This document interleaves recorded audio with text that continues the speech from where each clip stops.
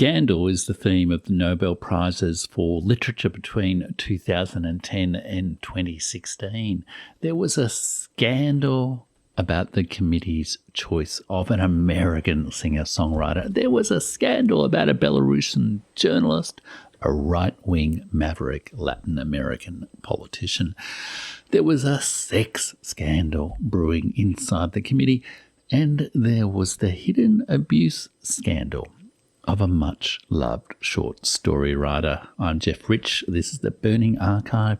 We're approaching the end of the 120 Nobels Challenge. It's been a long journey, and we're almost at the end. And in this video, I'm giving you introductions to the 7 winners of the Nobel Prize for Literature between 2010 and 2016. Now, please, I'd also like to extend an invitation to you to join me live for my live stream of the Nobel's announcement on the 10th of October from approximately 9 p.m. Australian Eastern Standard Time. The Nobel's announcement will be approximately at 10 p.m, but I'll be reviewing both the hot tips and this long journey through 120 Nobel Prizes that I've been taking over the last 120 days on the Burning Archive. So the 2010s were amongst the most scandalous years of the Nobel Prize, culminating, I think, in a historic low in 2017. And do go to jeffrich.substack.com, where you'll be able to find the full archive of all the Nobel Prize for Literature winners since 1901, my profiles, links to some of their work and samples of some of their work, even a few readings of some of their work by myself. jeffrich.substack.com. You can take up both a free and a paid subscription and support the work of the Burning Archive to help you live well now with history and literature. So, 2010, Mario Vargas Llosa, a Peruvian novelist, journalist, essayist, and former politician. I did read Vargas Llosa's novels a long time ago, in my 20s, back when Latin America was benighted by several US-sponsored military dictatorships.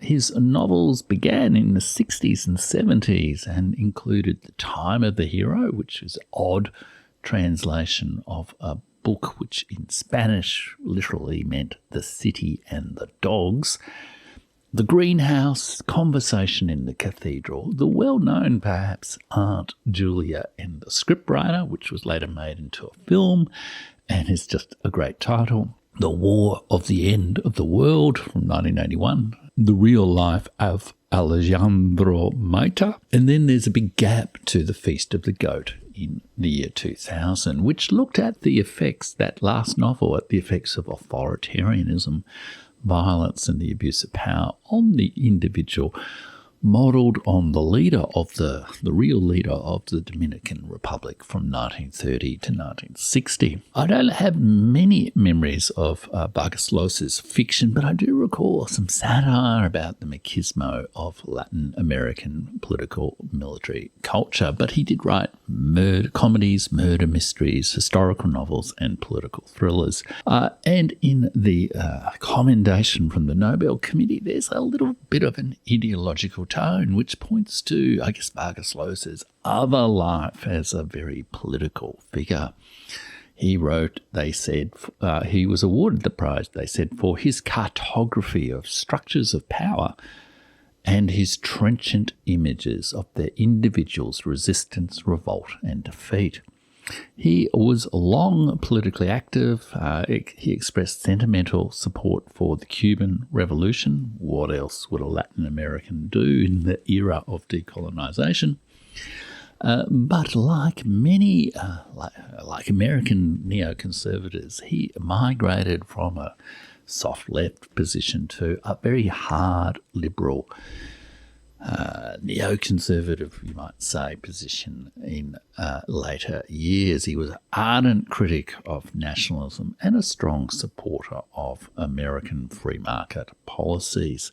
Indeed, he ran to become president of Peru in 1990, where he proposed a rather austere, hard liberal economic shock therapy for the country. And he was later involved in various sort of US-sponsored transnational activities, the Mont Pelerin Society and the Inter-American Dialogue. Even as late as 2023, he expressed his support for the Argentinian right-wing libertarian, now president, Javier Milei. But back in 1990, Vargas Llosa lost his election and he sort of returned, I guess, to writing, went to Madrid, lived sort of in, not quite exile, certainly a comfortable life in Spain and on the North American speaking circuit. He even appeared in the Panama Papers, a bit of a whiff of scandal there. And in his later years, his regrets about the change in culture came through. He wrote a book, Notes on the Death of Culture, which echoed former Nobel Laureate T.S. Eliot's essay of a similar name. And in that I wrote an essay on this back in 2015. He wrote, the great majority of humanity does not engage with, produce or appreciate any form of culture other than what used to be considered by cultured people, disparagingly, as mere popular pastimes with no links to the intellectual, artistic and literary activities that were once at the heart of culture. He was a bit of a disenchanted pessimist, and perhaps the Burning Archive and you here on YouTube prove him wrong. 2011, Tomas Tranströmer, who was a Swedish poet. He was also a psychologist in the social welfare system. And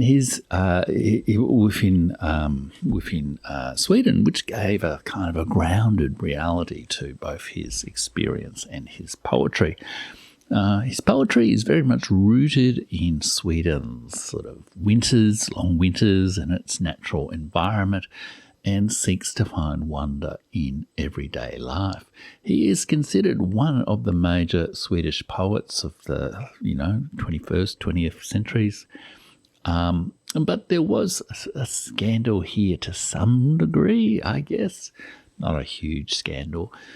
But he was largely unknown, I guess, outside Sweden. It's another one of the perhaps over-representation of the Nordic countries in the Nobel Prize. His poetry is accessible, and Tranströmer himself was actually friends with the well-known American poet Robert Bly, who also translated some of his poetry. And somewhat like Robert Bly, Tranströmer stood apart from artistic movements and politics and focused on more psychological issues in his poetry. He's even been called a Christian religious poet. I have two books of his poetry.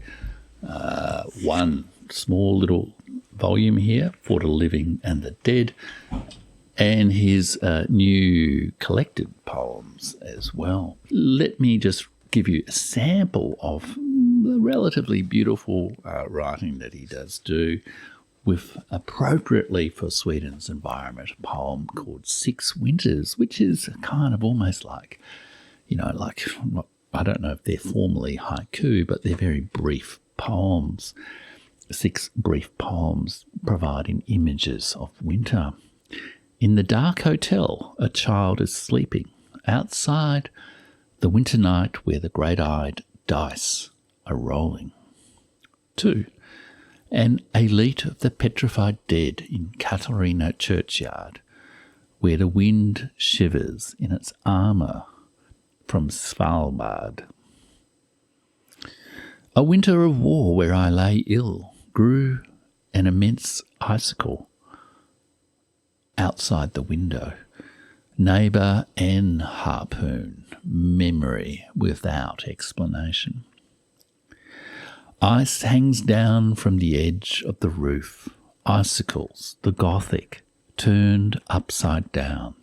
Abstract cattle, udders of glass. 5. On a sidetrack, an empty railway wagon, still heraldic, journeys in its claws. And 6. Night, snow haze, moonlight. The jellyfish of the moon floats above us, our smiles as we head homeward. Avenue, bewitched. So, yeah, you can tell from that some of his poetry, at least, is, deeply influenced by the Japanese sort of haiku traditions with, images, tight little images, including seasonal references. 2012, Mo Yan from China, one of the very few Nobel poets from China. And Mo Yan is actually a pen name of Guan Moye. And his novel, Red Sorghum, this book here, was adapted into a film in 1988. Quite a successful film, at least in the West, I think. And it was in a period, I guess, of liberalised cinema before Tiananmen Square and all that sort of thing. The Nobel Committee said he wrote with hallucinatory realism that merges folk tales, history, and the contemporary. He grew up in a relatively well-off peasant family, including as a teenager living through the Cultural Revolution in China. In Chinese, his pen name, as I understand it, I don't speak Chinese, but as I'm reliably informed, his pen name means don't speak. And this was the advice his parents would give him to survive, I guess, the ideologically charged environment of the 1950s, 1960s and 1970s, where, I guess, there was a chilling effect on free speech of the political fashions of the day. In 1976, after the end of the Cultural Revolution, Mo Yan joined, let's call him Mo Yan, joined the People's Liberation Army as a soldier and began to write, and also acquired a literary education through the PLA Academy. He wrote epic historical novels with that hallucinatory realism and a black humour. Red Sorghum from 1987 was his first novel, and it follows several generations of a Shandong family between 1923 and 1976. They experienced China's 20th century, the China-Japanese War, the 1949 Communist Revolution, the Cultural Revolution, and all the other things as well. The Garlic Ballads is another novel. It's a true story of when the farmers of Gaomi Township rioted against the government that would not buy its crops, very much a reference to part of China's history, post-communist revolution. Life and Death Are Wearing Me Out is a story about a landlord who's reincarnated in the form of various animals during the Chinese land reform movement. And Frog, his book Frog, focuses on the causes and consequences of China's one-child policy, perhaps worth a read.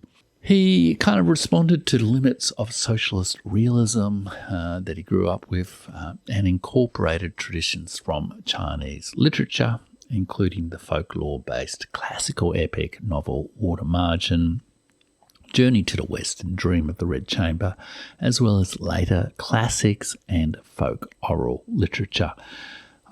Now, there was a bit of a scandal with Mo Yan because several Western writers, including Salman Rushdie and Mullah, the 2009 winner from Romania criticised Moyan's decision to participate in a commemoration of Soviet-Chinese talks and not to sign a petition to free a Chinese dissident, Liu Xiaobao. Whether that was justified, whether that was really rightly solidarity, whether that was rather patronising set of assumptions about this Chinese writer, I don't really know. His writing is quite moving. And let me just read a little section here from Red Sorghum, where he's describing one of the significant events of the Chinese-Japanese War in the 1930s. Granddad and father returned to their raised home, where they retrieved 50 silver dollars from a hiding place in the wall.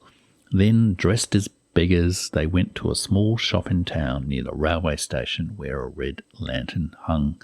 They bought 500 bullets from a heavily made-up woman, then hid out for several days until they found a way to sneak out through the town gate.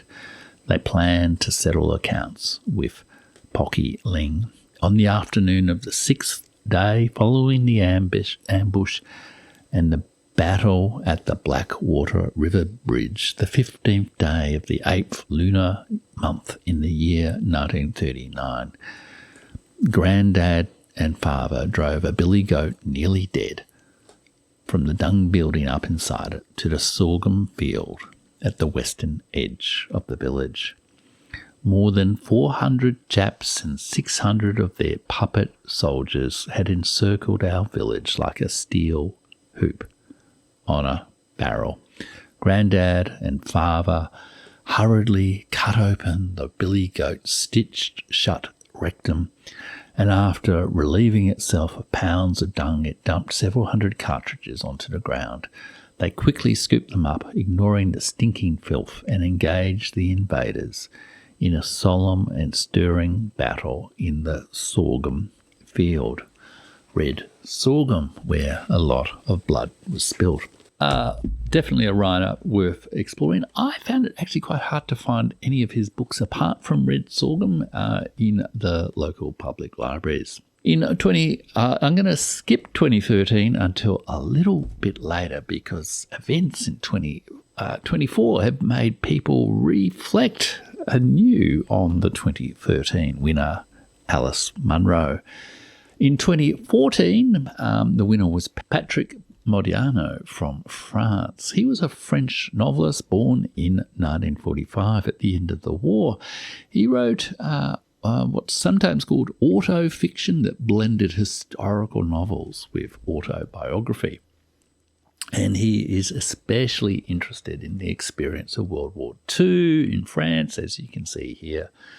This is what's called the Occupation Trilogy, which is a whole series of novels, autobiographical sort of novels, that look at the German occupation of France during World War II. His father was indeed from a Jewish Italian family, Modiano. During World War II, he was a bit of a rebel, I guess. He refused to wear the yellow badge that the German occupiers insisted Jewish citizens wore. He escaped deportation and became associated with the underworld to some degree, even though potentially the criminal gangs that collaborated with the Gestapo and the Vichy regime. And Modiano's first book was about a Jewish collaborator, and this severely compromised his relationship with his father. In 2010, La Place de l'Étoile, the first book in this series, the Occupation Trilogy, was released, and it evolved into the Occupation Trilogy. His books explore identity, memory, and the pull of the past.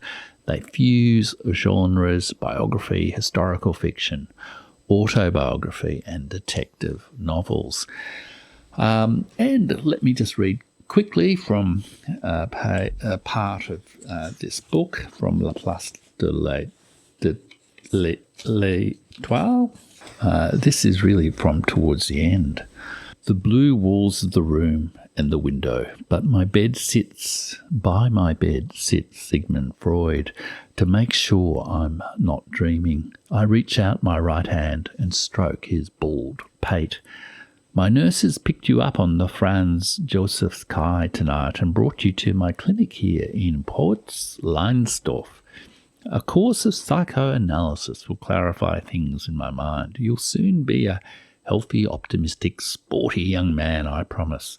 Here, I want you to read this insightful essay by your compatriot Jean-Paul Schweitzer de la Sarthe, anti-Semite and Jew. There is one thing you must understand at all costs. The Jew does not exist. As Schweitzer de la Sarthe so aptly puts it, you are not a Jew. You are a man among other men. That is all. You are not a Jew. As I have just said, you are suffering from delusions, hallucinations, fantasies. Nothing more. A slight touch of paranoia. No one wishes you harm, my boy. All people want is to be kind to you. We are living in a world at peace. Himmler is dead. How can you remember all these things? You were not even born. Come now. Be reasonable. I beg you. I implore you. And then he says, I am no longer listening to Dr. Freud. I wonder if that is a reference to Jean-Paul Sartre, even to Jacques Lacan, the famous French psychoanalyst, and maybe is a bit of an accusation against the collaboration of some on the French left with anti-Semitism after the war, and Modiano is thought to be part of, I guess, the post-Holocaust literature, although written as a child of a collaborator rather than as an actual survivor like some other writers on the Holocaust. The 2015 winner was Svetlana Alexievich from Belarus. Now, she is a Belarusian investigative journalist who wrote in Russian. Her award honoured her for her polyphonic writings, a monument to suffering and courage in our time.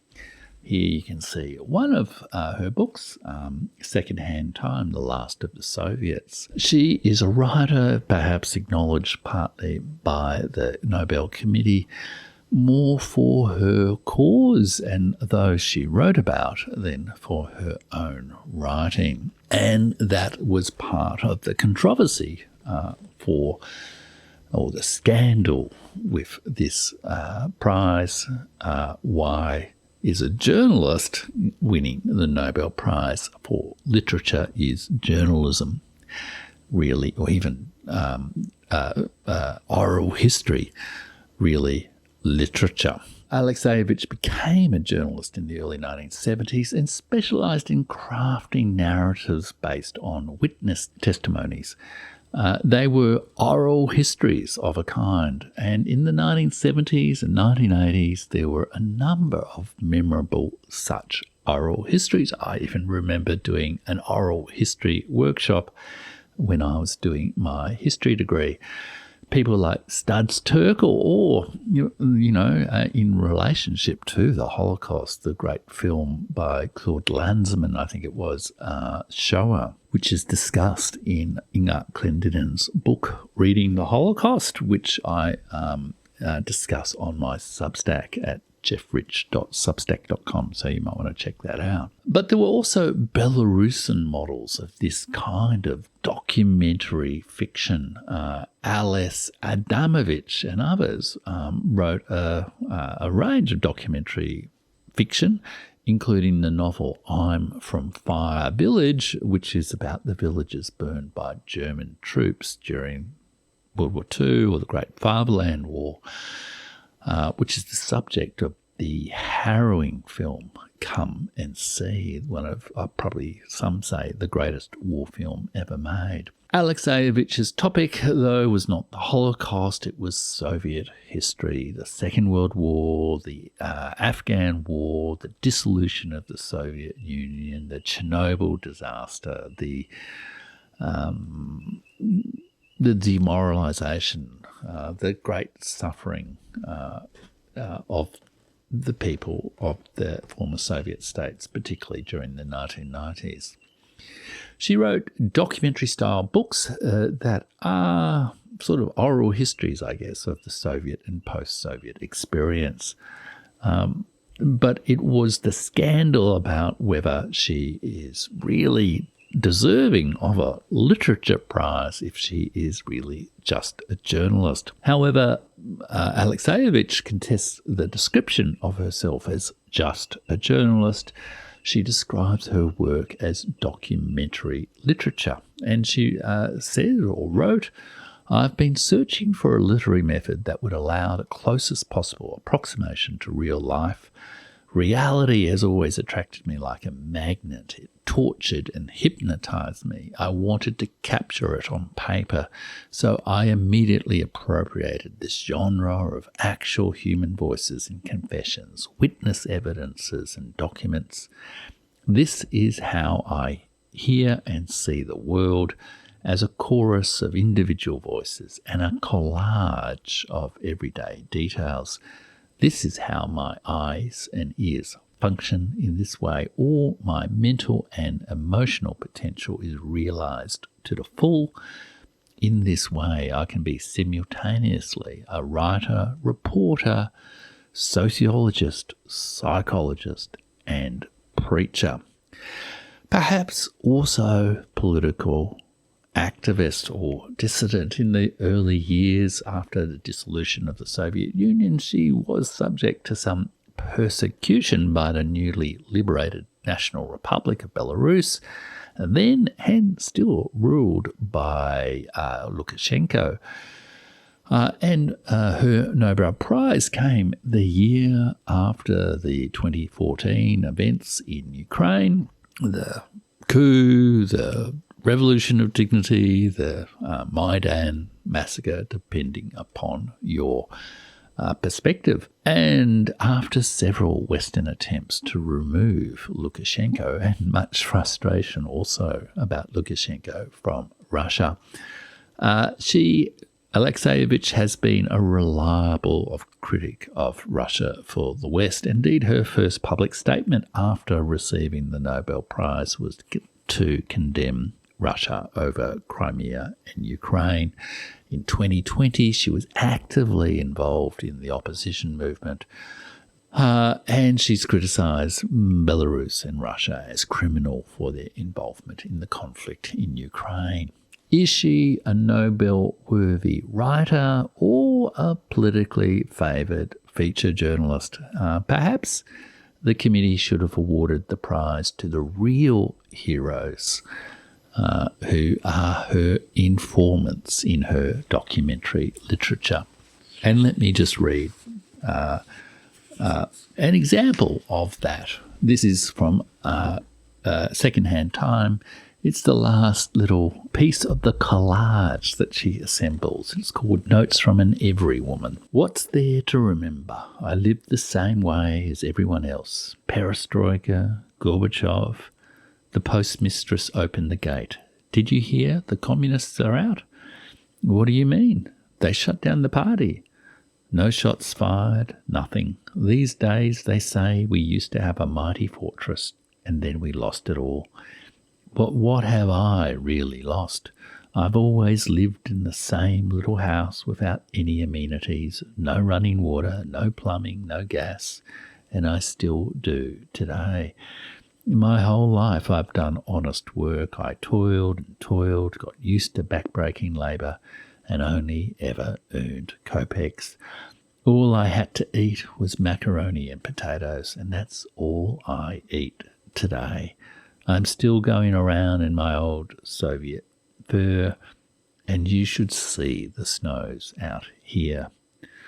And it goes on like that. So you get a sense that it really is, it's sort of like carefully selected collages of ordinary people's memories and experiences and ways of making sense of the history that they experienced. That was 2015. In 2016, I think it's the historic low of the Nobel Prize in terms of the selection of the Nobel Prize. In 2016, the winner was Bob Dylan from the United States, the American singer-songwriter. Now, long ago, I mentioned on the Nobel 120 Nobels series that there were two winners of both the Nobel Prize for Literature and the Oscar, the Academy Award for, cinematic arts. And one was George Bernard Shaw, and the other was the 2016 winner, Bob Dylan. And when Bob Dylan was announced as the Nobel Prize winner, or soon after, I was so outraged. I actually wrote an essay on it, which you can read here in my book, From the Burning Archive, Essays and Fragments 2015 to 2022.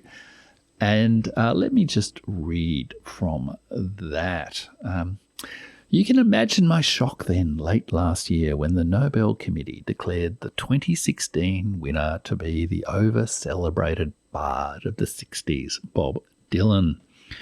Shock rapidly grew to serious doubts about the Nobel's claims to award distinctions, and then to questioning about what such fickle prizes mean about the culture. It was not the first unconventional choice by the Swedish Academy. The year before, a Russian Belarusian journalist, Svetlana Alexievich, won the prize, but at least her deep testimonies of the experiences of the post-communist Soviet states were unequivocally her own work, and she showed up to accept the prize. Mr. Dylan struck out on both counts. He did not go to his award ceremony. He had other commitments, a schedule full of the kind of unbreakable commitments made by ageing rock celebrities. A rather sheepish American ambassador appeared in his stead and duly read what she had to say in the diplomatic tradition of lying for one's country, was Mr. Dylan's speech. But it gets worse. The committee insisted that to claim the prize and the substantial money attached, Mr. Dylan must give an acceptance speech. So he did, a mere couple of days before the deadline, after when he would have, if he had failed to give his speech, lost his check. But the ageing Rolling Stone or travelling Wilbury could not make it to Sweden.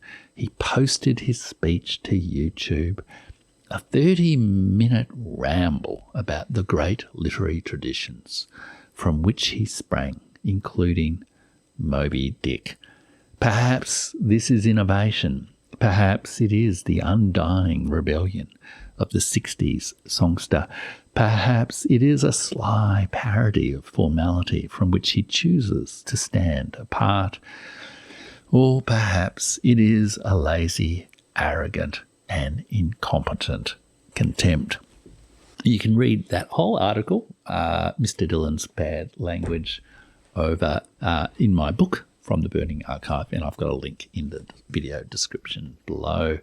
Of course, in 2016, there was a scandal brewing in the committee, a sex scandal, which I'll talk a little bit more about next week, but perhaps it betrayed a sort of cultural problem within the Nobel Swedish Academy, that there was both a sex scandal, a hidden sex scandal, as well as the choice of Bob Dylan as a Nobel laureate.